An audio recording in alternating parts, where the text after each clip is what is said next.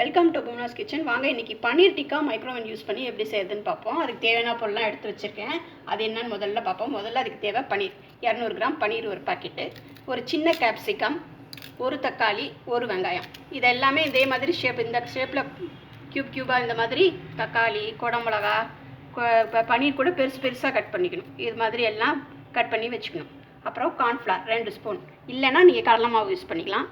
Ginger garlic paste, garam masala, chaat masala, chilli powder, dry chilli powder, மஞ்சத்தூள், உப்பு, mango powder, dry mango பவுடர்னு இப்படி ரெடிமேடாக கிடைக்கும். இது இல்லைன்னா ஒரு லெமன் புளிச்சிக்கோங்க நீங்கள். அப்புறம் சில்லி சாஸ், இது காரம் ஜாஸ்தி வேணுங்கிறவங்க இதை யூஸ் பண்ணிக்கோங்க, இல்லைன்னா இது சில்லி பவுடரில் இருக்க காரமே போதும். அப்புறம் தயிர். இந்த தயிர் இவ்வளோ தேவையில்லை. ஒரு 200 கிராம் பன்னீருக்கு இதில் பாதி அளவுக்கு தயிர், அவ்வளோதான் இதுக்கு தேவையான பொருட்கள். இதை எப்படி செய்யுதுன்னு பார்ப்போம் வாங்க. ஃபஸ்ட்டு தயிர். இந்த தயிரில் பாதி கப்பு அளவுக்கு நான் தயிர் எடுத்துக்கிறேன். ஒரு 200 ml கப்பு, சின்ன கப்பு இருந்தால் ஒரு கப்பு கரெக்டாக இருக்கும். இது பெரிய கப்புங்கிறனால நான் பாதி போடுறேன்.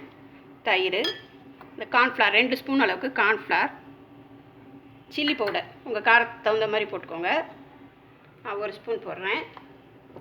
மஞ்சத்தூள், உப்பு,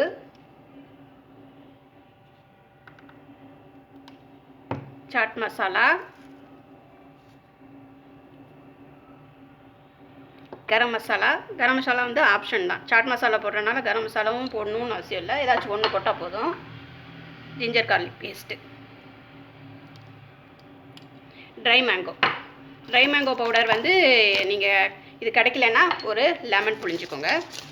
அது கொஞ்சமாக தான் போடுறேன், இது புளிப்பு ஜாஸ்தியாக இருக்கும். பிளாக் சால்ட் இருந்தால் அது கூட நீங்கள் யூஸ் பண்ணிக்கலாம். இப்போ இதை நல்லா மிக்ஸ் பண்ணணும். பாருங்கள், தயிரோட எல்லா பவுடரையும் மிக்ஸ் பண்ணிவிட்டேன். எல்லாம் இந்த மாதிரி கலந்தோடனே இந்த மாதிரி ஒரு கலராக வரும். தயிர் வந்து கப் தயிர் மட்டுமே இதுக்கு யூஸ் பண்ணுங்கள். வீட்டில் வரக்குத்தின தயிர் இதுக்கு யூஸ் பண்ணாதீங்க, ஏன்னா இந்த அளவுக்கு திக்காக வராது. கப் தயிர் அதில் தண்ணியாக நிற்கும். தண்ணியாக நின்னா இந்த மாதிரி பக்குவம் உங்களுக்கு வராது. அதனால் கப் தயிரே இதுக்கு யூஸ் பண்ணுங்கள், அதுதான் இதுக்கு கரெக்டாக இருக்கும். இப்போ பன்னீர், காய்கறி எல்லாம் இதில் நம்ம கலக்கலாம்.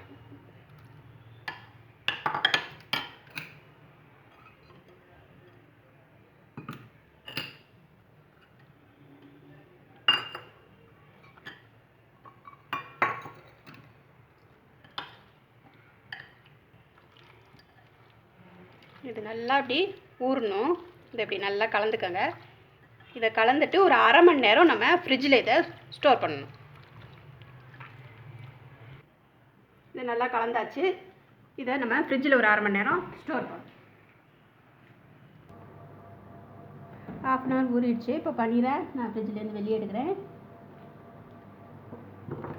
இப்போ ப்ரீ ஹீட் பண்ணியிருக்கேன் ட்ரேவை, அதை நம்ம எடுத்து இப்போது பன்னீரை அதுக்குள்ளார வச்சு நம்ம சூடு பண்ண வேண்டியது தான். பிளேட் நல்லா இப்போ சூடாக இருக்குது. இப்போது நம்ம பன்னீர் இந்த இதெல்லாம் ஒன்று ஒன்றா ஸ்டோர்வி தவாவில் வைக்கணும். ஃபஸ்ட்டு நான் ஆனியனில் ஸ்டார்ட் பண்ணுறேன். ஆனியன் மாற்றி நம்ம பண்ணோம்னா கலர்ஃபுல்லாகவும் இருக்கும், நல்லாவும் இருக்கும் டேஸ்ட்டு. அடுத்தது கேப்சிகம், அடுத்தது டொமேட்டோ, அடுத்தது பன்னீர், அப்புறம் திருப்பி ஆனியன், கேப்சிகம், டொமேட்டோ,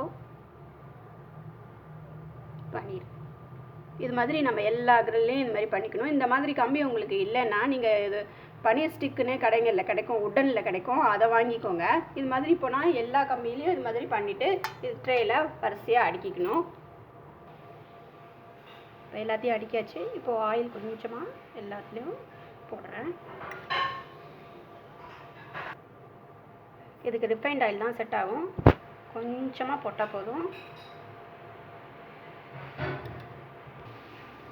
இதை கிரில் மோடில் இப்போது 15 minutes உள்ளார வைக்கலாம்.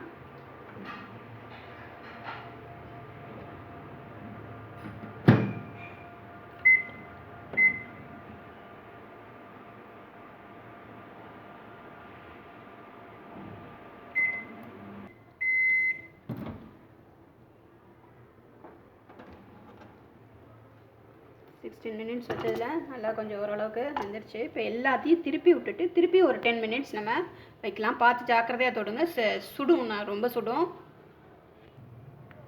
இந்த மாதிரி சுடும், அதனால் டிஷ்யூ பேப்பர் வச்சுட்டு நல்லா அப்படி திருப்பி விடுங்க. பார்த்து ஜாக்கிரதையாக செய்யுங்க. எல்லாத்தையும் திருப்பி விட்டாச்சு. இப்போ திரும்பியும் 10 நிமிஷம் கிரில் மோட்டில் வைக்கலாம். நல்லா கிறிஸ்ப் ஆகும். அப்போ தான்